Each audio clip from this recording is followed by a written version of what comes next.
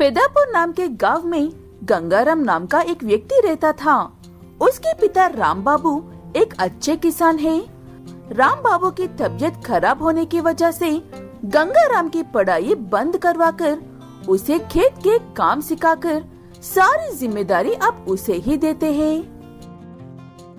बेटा गंगाराम, मैं अब और ये खेत का काम संभाल नहीं पा रहा हूँ।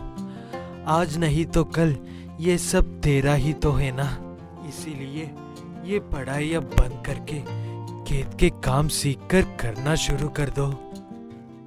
वो बातें सुनकर गंगाराम अपने पिता से ठीक है कहता है। ऐसे कहकर हर रोज खेत में जाकर खूब मेहनत करके आता है। वो देखकर राम बाबू अपने बेटे से ऐसे कहता है, मेरी मेहनत तुम्हारे हाथों में देकर मैं अच्छा काम ही किया है कहकर साबित कर दिया है बेटा तुमने। ऐसे ही ईमानदार रहकर अच्छे से कमाओ। कल को तुम्हारी पत्नी को किसी भी चीज की कमाई नहीं होनी चाहिए। ऐसे कहते हुए राम बाबू वहाँ से अपने कमरे में चला जाता है। असल में गंगाराम बहुत ही मेहनती इंसान है। कभी भी लालच करने के बारे में नहीं सोचता है। हमेशा सबकी मदद में रहता है। ऐसे में एक दिन गंगाराम सुबह उठकर खेत के काम के लिए जा रहा था। इतने में उसे सड़क के किनारे खड़ी हुई एक कार नजर आती है। उसके बाद अरे, लगता है आज भी ये कार उस कीचड़ में फंस गई है। मैं जाकर उनकी मदद करता हूँ, यही सही होगा। ऐसे कहते हुए जाकर जैसे तैसे करके बड़ी मुश्किल से उस कार को गड्ढे से बाहर निकलता है गंगाराम। उसके बाद कार में से एक व्यक्ति उतारकर, तुम्हारा बहुत बहुत शुक्रिया बेटा, तुमने मेरी बहुत बड़ी मदद की है। यहाँ से बाहर कैसे निकल जाए कहकर डर रहा था। कोई बड़ी बात नहीं है जी, आप शायद इस गांव में नए हैं, इसीलिए आपको कीचड़ के बारे में पता नहीं है। आगे से ध्यान रखना। ऐसे कहते हुए गंगाराम वहाँ से अपने खेत में चला जाता है। ऐसे ही वो कार वाले व्यक्ति का नाम सोमेश है, राम बाबू के बचपन का दोस्त। इसलिए अपने दोस्त से मिलने के लिए आकर उस कीचड़ में फंस गया था सोमेश। लेकिन वो गंगाराम को पहचान नहीं पाता है। उस कीचड़ से बाहर निकलने के बाद सीधे राम बाबू के घर जाता है सोमेश। कैसे हो राम बाबू, सब ठीक है ना? कितने दिन हो गए हैं तुझे देखकर। कैसा है और क्या कर रहा है? ऐसे घर आए हुए बचपन का दोस्त को घर में बुलाकर हालचाल पूछते हुए ऐसे कहता है राम बाबू, हम सब ठीक है सोमेश। मेरे बेटे के होते हुए मुझे किसी भी चीज से डरने की जरूरत नहीं है। अच्छी सोच, मेहनती और सबकी मदद करने वाला है मेरा बेटा।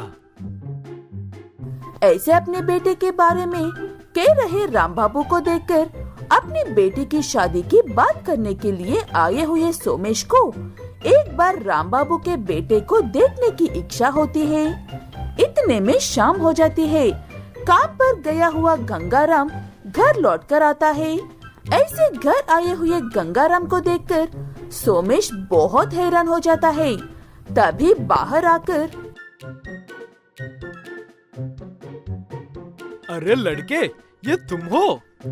वो तुम ही थे ना जिसने सुबह मेरे कार को कीचड़ से निकलने में मेरी मदद की? तुम यहाँ पर क्या कर रहे हो? मुझे बताओ, इस अंधेरे में मैं तुम्हारी क्या मदद कर सकता हूँ? आप यहाँ पर क्या कर रहे हो? ये हमारा घर है। राम बाबू मेरा पिता है और मैं उनका इकलौता बेटा हूँ। वो बात सुनते ही सोमेश को बहुत खुशी होती है राम बाबू के बेटे को देखकर। ऐसे ही उसके अच्छे स्वभाव खुद ही देखने बाद कैसे भी करके अपनी बेटी को उस घर की बहू बनाकर बेचने चाहता है सोमेश। मुझे तेरा बेटा बहुत ही पसंद आया है राम बाबू। मेरी बेटी के लिए यही सही होगा, क्या कहते हो? तू जो कहे वो बात सही है मेरे दोस्त। चल, अच्छे काम में देरी नहीं करनी चाहिए। ऐसे जाकर राम बाबू से रिश्ते की बात करता है और सब ठीक है कहकर सबकी मर्जी जानने के बाद सोमेश बड़े धूमधाम से शादी करता है दोनों की। शादी के अगले दिन गंगाराम की पत्नी कितनी सुबह होने पर भी नींद से नहीं जागती है। ठीक है कहकर चुप बैठता है गंगाराम। उस दिन की बात ना करे तो हर रोज उसी तरह से बर्ताव करने की वजह से एक दिन गंगाराम उसे ऐसे बर्ताव करने की वजह पूछता है। मुझे ये शादी पसंद नहीं है कहने पर भी कर दी है, इसीलिए ऐसे रह रही हूँ। तुम गांव में रहने वाले एक अनपढ़ हो और मैं शहर में रहकर खूब पढ़ाई करने वाली लड़की हूँ। तुम्हारे साथ रहना मुझे पसंद नहीं है। वो बातें सुनने के बाद गंगाराम को बहुत दुख होता है। उसके बाद उसकी मर्जी के हिसाब से ही उसे उसके घर वापस भेज देना चाहता है और उसे उसके घर पास छोड़कर चला जाता है गंगाराम।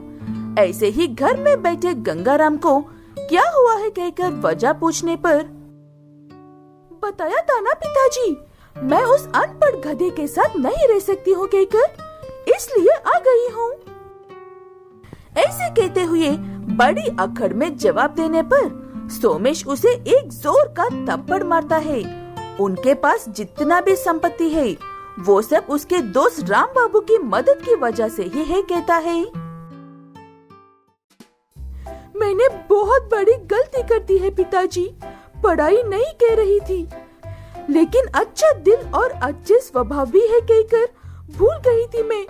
मुझे माफ कर दो, उनसे मुझे पलटकर एक बात भी नहीं कही। ऐसे कहते हुए वापस लौटकर गंगाराम से माफी मांगकर तब से अच्छे से खुशी से रहने लगती है अपने पति के साथ।